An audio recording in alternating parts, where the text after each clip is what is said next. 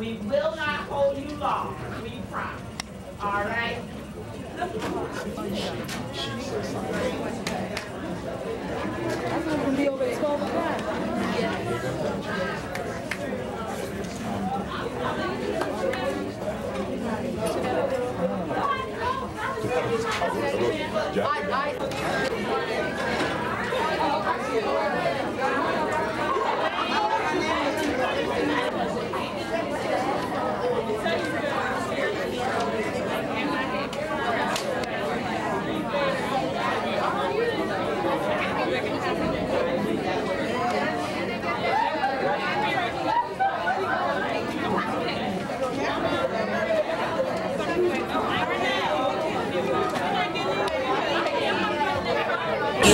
Once a year, and in the past it's been in December. And what we do is I make great undergraduates.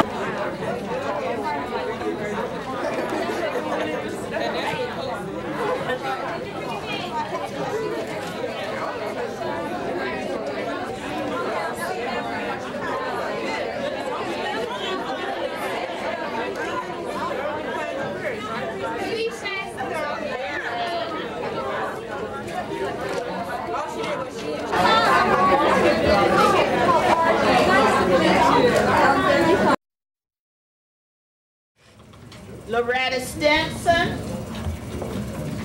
Nicole Young. We will not ask all of those questions. We'll just ask a few because I know that you have a number of questions that you want to ask them.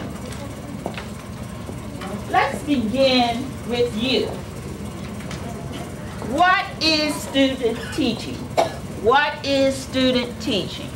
Someone that's in the audience. Someone that's not a student teacher. Your eyes went down. Make eye contact with me.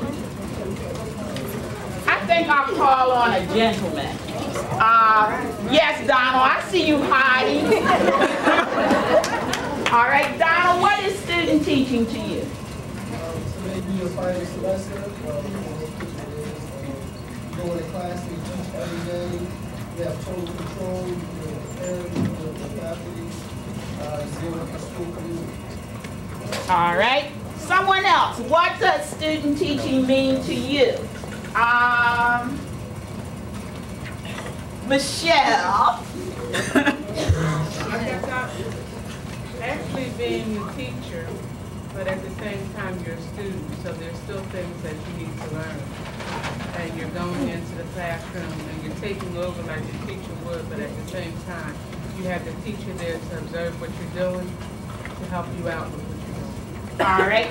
Now let's hear your opinion. What is student teaching? Respond for us, please.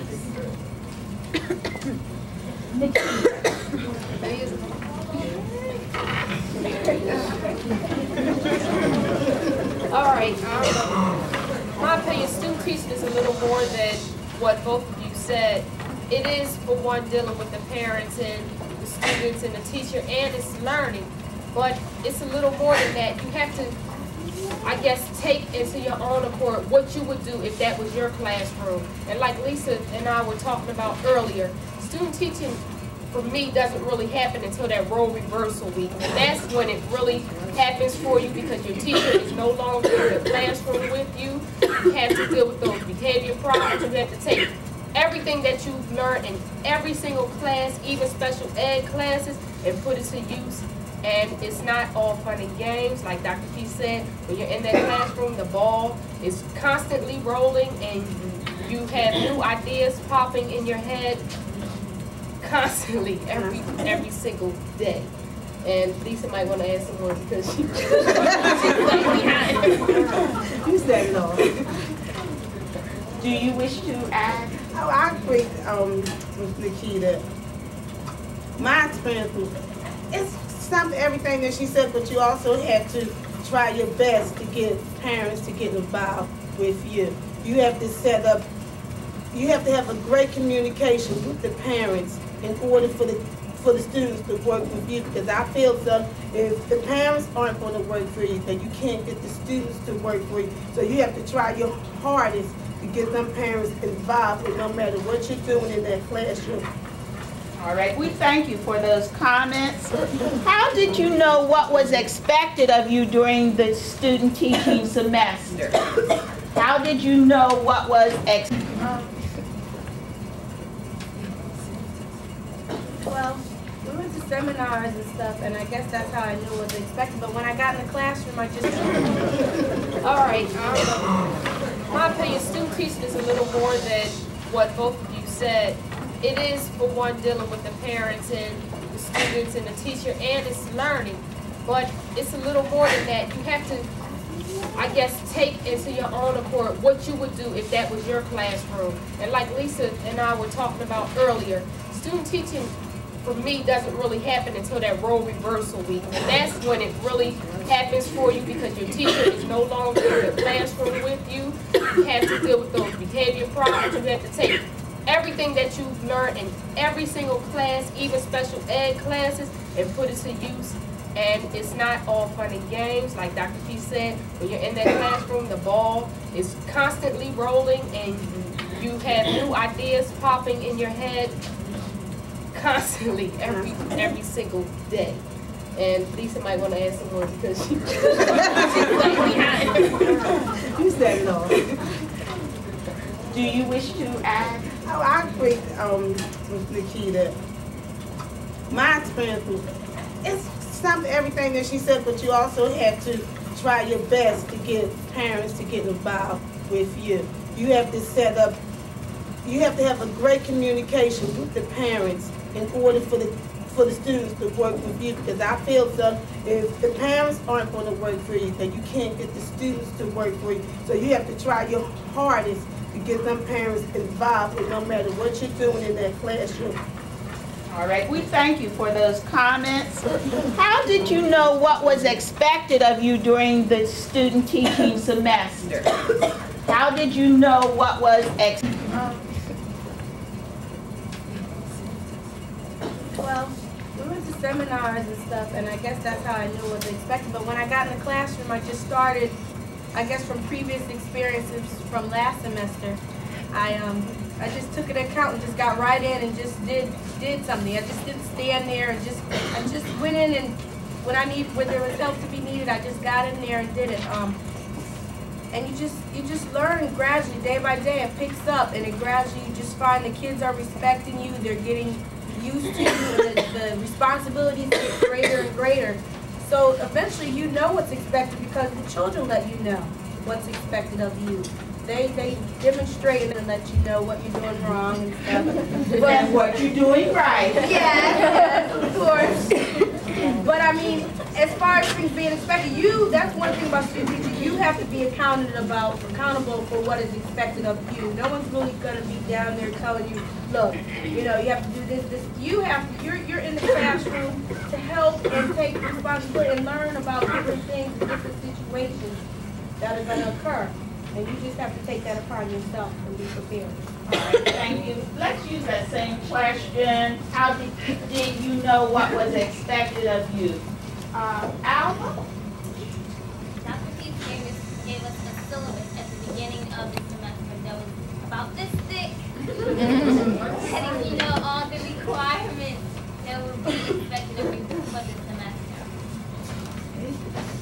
What suggestions would you give to these students for developing productive relationships with all of the other people? You must be aggressive.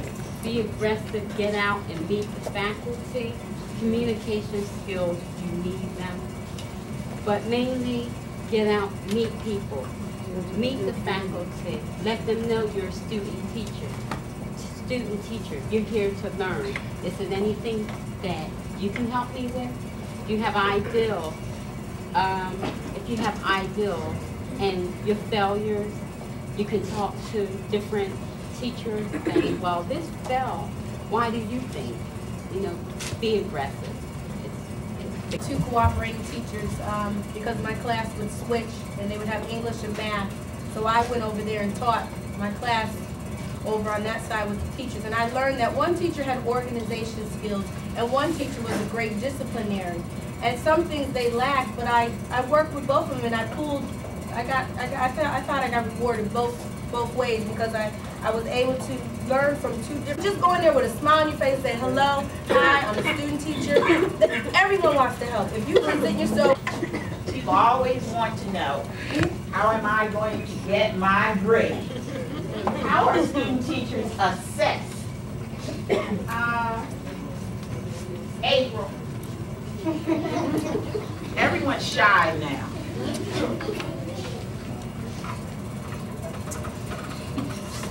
Through our observations, we get assessed. Dr. Peace comes and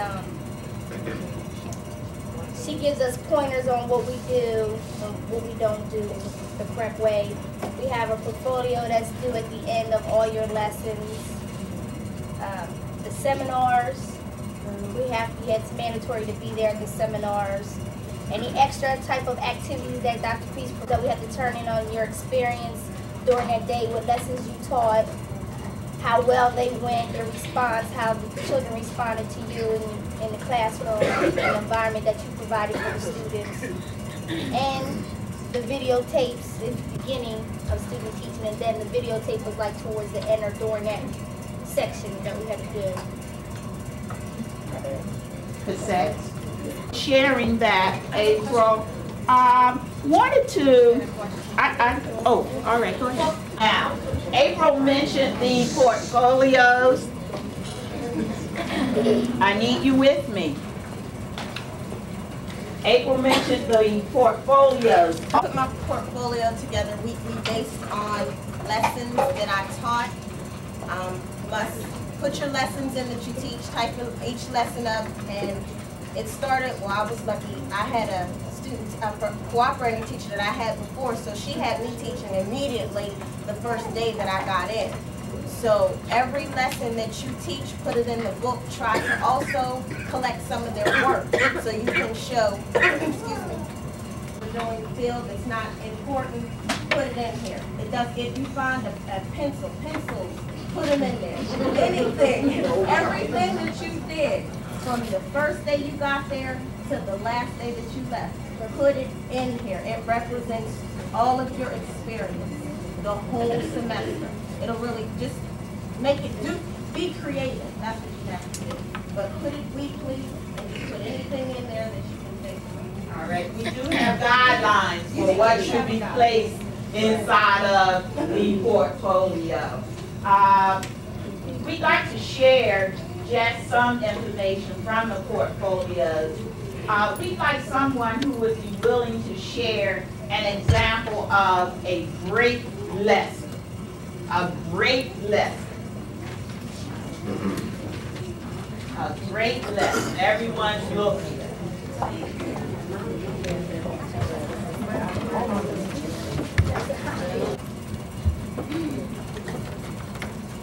I taught a kindergarten class, morning and an afternoon kindergarten class. And one of my lessons was counting backwards from 5 to 0. What I did, I tried to be creative to help children learn to count from 5 to 0. I read the story who represented the mother. I had one student to represent the doctor. I had 5 students to represent the 5 little monkeys jumping on his head.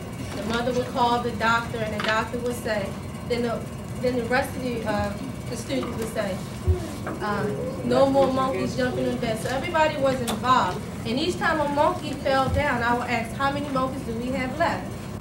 I have a first grade class. I'm at T.G. Morton. Well, I was at T.G. Morton Elementary School. And we were planting seeds. So to get them interested in planting seeds, I taught them a song called A Little Seed. And it goes to the melody of a little teapot. The song is, here's a little seed in the dark, dark ground. Out comes the warm sun, yellow and round. Down comes the rain, wet and slow. Up comes the little seed, grow, grow, grow. So to get them interested, I had the song. I did present the lesson where we actually planted the seeds so that it would not be chaos. While some of the students were planting the seeds, I did have them do worksheets also. We also sang to the plans so that the seeds will grow. From the class, the cutting procedure, they was cutting it wrong. I did model it, but I had second graders. And then through a hole, well, there was water flying all over the place because, again, each person had their own tray of water. I taught was on vegetable seeds, and I brought in some vegetables such as bell peppers, tomatoes, cucumbers, and things of that sort. And I passed out the vegetables to the students, and they were able to take seeds out of those vegetables, and we pasted them on paper and we wrote a little story. And also, I broke the class up into groups, into 4 groups, and I let them cut tomatoes, and each group made a salad. And we were able to eat the salad, and we said a little grace, and it was very nice, and the kids really enjoyed it. And I think by them having hands-on, I had them write a little story about vegetable seeds, and they drew what happened. And it was a pretty good lesson. Would you share character or activity with them, Alva?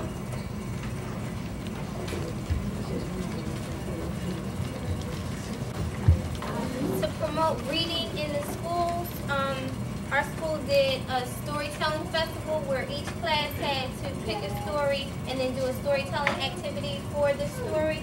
And my class chose The Very Hungry Caterpillar. I have pictures of each segment of the story. And when it got to a segment where a child would say their part, when I read the story, each child had a picture. And then when I finished, I put all the pictures together and put rings on it and made it. My students, they gave me a report card, and it said A+ Teacher Award, and they told me the things that I received the A+ in. And inside, they made a little book, and they spelled out my name, A for loving, and quiet, unique, educated, talented, tiny, but tough, and African American. And inside, she caught me trying to get together, making a dragon for the students. I had them working on a dragon. And to skip towards the end, there were pictures of the students working as I was teaching the lesson and their favorite sayings. And then also, each student, they wrote me a little letter. And for example, it said, "Dear Miss Mackey, I remember when you taught me a lesson about vegetables. This is what I learned, that cucumbers and tomatoes have seeds, and I tasted the salad and it was delicious. I also learned new words and you kept me quiet." And each student just wrote me a story, and it was very nice. And also, the kids were working on a project and I wasn't aware of it. And I was wondering why my teacher was collecting quarters every day. She said, "Do you have quarters for our special project?" Well, at the end of the term, they presented me with this, and it has my name on it, Laquetta Mackey. It's a little tablet. Oh, nice. And he told me that when I have my classroom, this will be some treats that I can give to my students. And they really touched me, and it was a very good semester. Very good. They really went out their way to dress their kids up. And I was happy that I did it because when the parents walked through the door and they saw me dressed up as a firefighter, they smiled and laughed. And the teachers at Kelly School would ask me, what are you going to be tomorrow, and different things. But the best one was the recycling t-shirt, because I did a lesson on recycling. So I wore this recycling t-shirt, and I was a scientist. I was a scientist for that day, and I wore this t-shirt all day. And then I taught my lesson. I asked the students to explain, what is TIF. One is at Anderson Elementary School. We had an interim principal at our school. The principal that we had last semester, she was out on sabbatical. So the principal that was there now, her name was Miss Compass. She was interested in student teaching. A particular book teaches the children about multiculturalism in the public schools. And each part of the book, in the beginning, it has a story. It has some type of story, and it tells you about, you know, different kids around the world. It teaches you math. This is a math book, but it teaches you math all around the world. And every picture in the story has a black child, a white child, an Asian child, whatever type of child all around the country. But it teaches you about different things that goes on, how children learn different things. In my class, we were talking about the different types of money all over the world, because the children were like, he's not black, you know, he's not white or whatever, he's white or whatever. And we talked about the child back, that's not always the case. You can't always tell your child to go out there and somebody hits them back to deal with problems that that occur in the classroom. And my last day, we were putting together a Black History show. My cooperative teacher and myself, we were putting together a Black History program. And my cooperative teacher took sick one day. So I'm thinking to myself, okay, well, I have to come to success because we worked so hard to put this Black History program together. So I went to the so upset because they thought that they weren't going to do you know, what we rehearsed or whatever. And to me, it made me feel good because the kids really were so excited. And my teacher, cooperative teacher, put right now.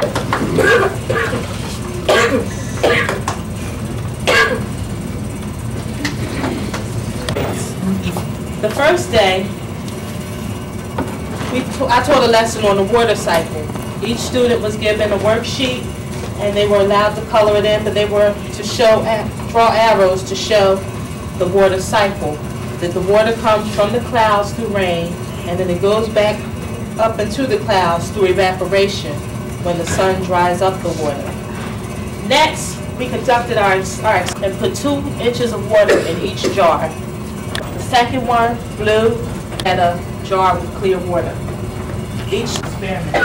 On that same day, we also took an anonymous poll. I gave out the cards, and I asked the students to write whether or not they believe that the color of water actually affects how fast water evaporates. He thinks that it does because he thought that the lighter colors were lighter, therefore they would evaporate faster. So we had